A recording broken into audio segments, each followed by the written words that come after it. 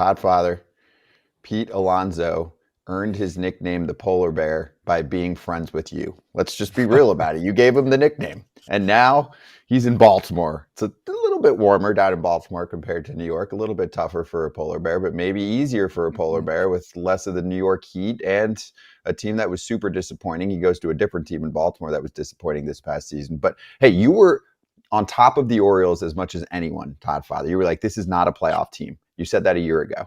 What do you think about Pete's departure? Take me through all of this since you know Pete quite well. Yeah, I mean, well, I'm first going to say here, once the news broke, I had to text my son. He's a monster Mets fan. And I said, Blake, I said, I'm very sorry your favorite player just got traded. And he said, what was the exact words are fake news, fake news, fake news. And I said, no, bud. I said, he's gone and he's going to the Orioles. And didn't get a text back. So I told my wife, I said, please text Blake and make sure he's okay. So he's doing better now. I got so many messages and calls about it. I had a baseball practice that night. People were talking about it left and right. We need a new team, this and that.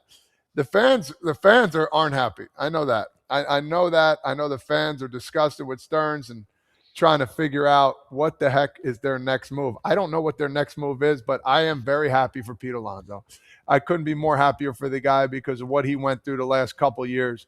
He deserved more in New York. He did. He deserved a big contract there. They should have gave it to him. He was an absolute stud. He's always been dominant. He's always had a lot of home runs. He's been around the block, 100 RBI guy each and every year. He does stuff around the city. He does a lot of charity work. He helps out kids with special needs. He gives money to the 9/11 victims. He's done so much for that city, and for him, not to get a big contract and stay there for the rest of his career, I think that's pretty sad. But at the same time, knowing Pete, I'm very excited for him. He's got a new venture going on. It's very hard to stay with one team your whole life nowadays, especially the way it is. We can't have all, it can't all be Joey Vottos of the world. It's so hard to do. And for him to go there, he can actually breathe a little bit and enjoy the game of baseball and not worry about anything else. Happy for him, man. Good for him. Do you feel like he was offended by the Mets? Not just this go-round, but even last go-round, where the Mets are like, we don't think you're going to get much in the market. We have a certain value on you. And so it ends up being that essentially 1-year contract. It was the longer deal with the opt-out. And he opts out, of course. And then this time around, they didn't make an offer. And there's more to the story there. It's not like they wouldn't have brought him back, but they were only bringing him back at a certain price. They clearly looked at him and said, hey, at your age, your skill set, your best skill set by far is your power. Nobody is disputing that. He's not the fastest dude in town. There's disputes about his defensive value, but he's not an elite defender. I think that's fair to say either. So they're like, we don't see this working out well where we're just relying on pop. And it's funny that Ryan Ripken brought up Chris Davis, who had that one tool, and eventually it didn't work out for him. There are others like Kyle Schwarber, who's 2 years older than Pete, who lives and dies off walks and pop, right? He doesn't even play defense, and it's working out pretty damn well for him. I tend to think that eventually Pete will transition off of first during the length of this contract and still hold that value as a guy who can hit 40 homers. They don't have Mount Baltimore there anymore, so it's a little bit easier, right, to be able to tackle Baltimore. It's actually a better hitter's park in Baltimore than it is in New York, so I think those numbers could tick up. Anyway, back to what I said. Do you think he's offended? I mean, he's the all-time home run leader for the Mets, and they didn't really want him back. Yeah, my opinion only, I think he was. I think he was a little pissed off. And rightfully so. Rightfully so. You see all these guys getting these big contracts. He deserved it just as much as anybody else did. I mean, and people always go back to the defense. I don't think he's even that. People go by numbers and he can't get to this ball, that, but I don't think he's that bad of a defender either. I think he's worked his butt off. I think, if I'm not mistaken, he was one of the best first baseman at picking balls out of the dirt the last couple of years. The guy works his butt off at first base, and this Baltimore Orioles team should be ecstatic because he's going to work his rear end off. He's going to get after it, and he's going to absolutely mash balls to every part of that park, and he's not going to care what the Mets do. It's not that term now. It's not, oh, yeah, I'm doing this because of the Mets. No, he's over with. He got his deal. He got everything he needs now, and he can just chill out. New York is a tough place to play out, and he took it by storm and did excellent there. And to not bring a guy like him back, there's something else going on. And we might never hear about it, but there's something else that, why wouldn't you sign this guy to a big deal last year? I still don't understand it. So that's something that they're going to have to live with. I don't think they care. I really don't think they care that they don't have him. They've said it before. If it doesn't work out like this, good riddance pretty much. And I think that's a shame. Todd, for me, the Mets were like, hey, this was a disaster result. We did not make the playoffs. We need to switch things up. My question is, why these guys? Your best reliever by far, who's been consistently reliable, your consistently reliable power hitter, and Nimmo's a consistently reliable guy who gets on base. And I know the defense isn't supreme, the arm's not great, the range is fine. So for me, I'm just looking at these guys like, why them? Just because they're hitting free agency, and I guess there was a taker for Brandon Nimmo. What are your thoughts on the way that they're trying to change the complexion of the team? I'm all for making some changes to the lineup. It's why I'm critical of even a team like the Phillies, Todd Father. I just think when you have super disappointing results in the playoffs back-to-back years, I want to just see a little difference in the lineup. And maybe I'm wrong there. I'm looking at this more as a fan. No. But you know all these guys personally. Yeah. Like, were these the guys to switch it up with? Or should they be looking in other directions in terms of who they were going to let loose? And I'm confused too. You signed Juan Soto to this monster deal. All in. We're all in. And now, Nimmo, Edwin Diaz. And I know the couple were free agents. I get it. But that should have been your top priority, getting those guys back. There's not that many guys out there that have the ability of what Pete Alonso can do to a baseball game. Edwin Diaz, one of the best closers that we've seen in our generation. He's filthy. He's so hard to hit. Yeah, he's been through his bumps, but guess what? That guy's been very, very good. Brandon Nimmo, the guy is solid. He's solid as all can be. Those are three top guys that any team would take in a heartbeat. And just because you didn't make the playoffs, you had this catastrophic fall. Okay.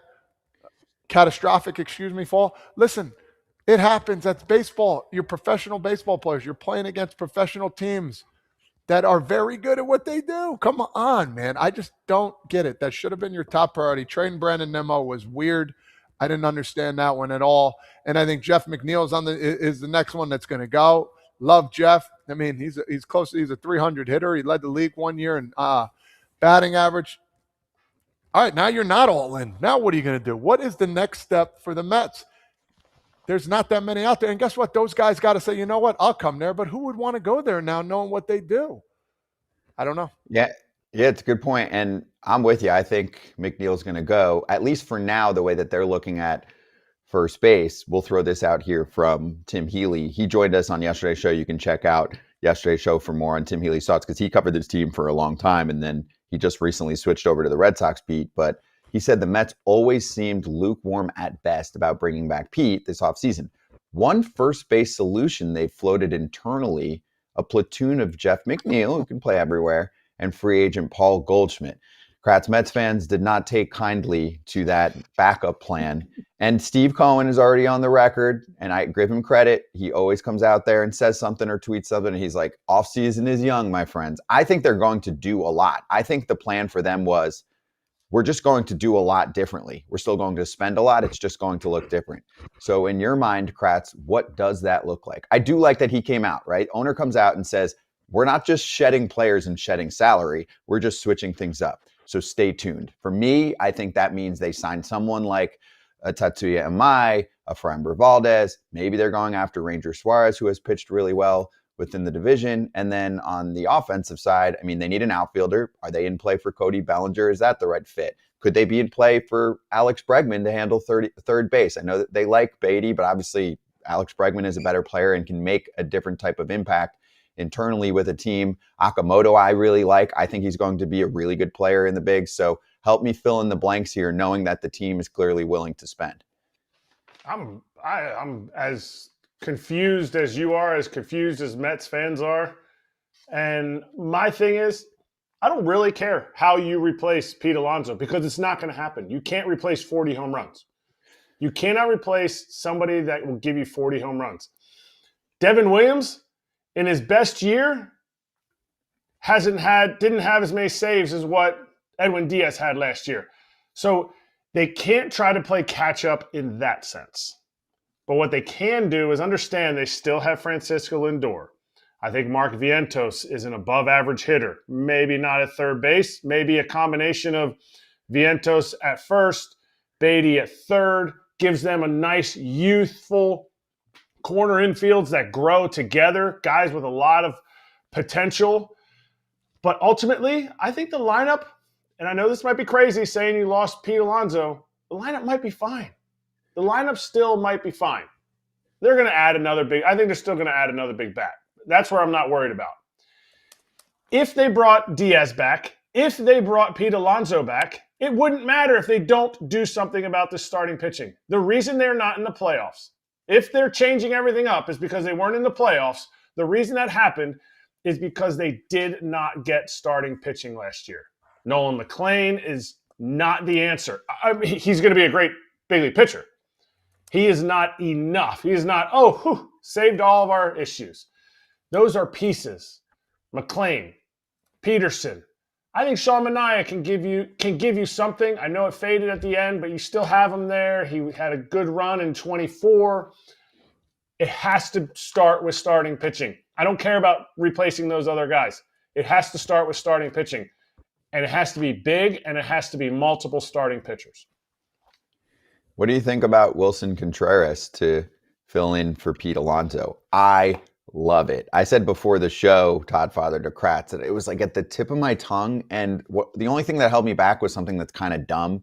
You know, Wilson Contreras can be explosive on the field and kind of get into it with umps, teams, whatever. I don't really care. I don't know why I thought about that, where it's like, oh, the Mets need a new mix. Maybe Wilson Contreras brings fire. I mean, he seems like a perfect fit. He had a really good offensive year.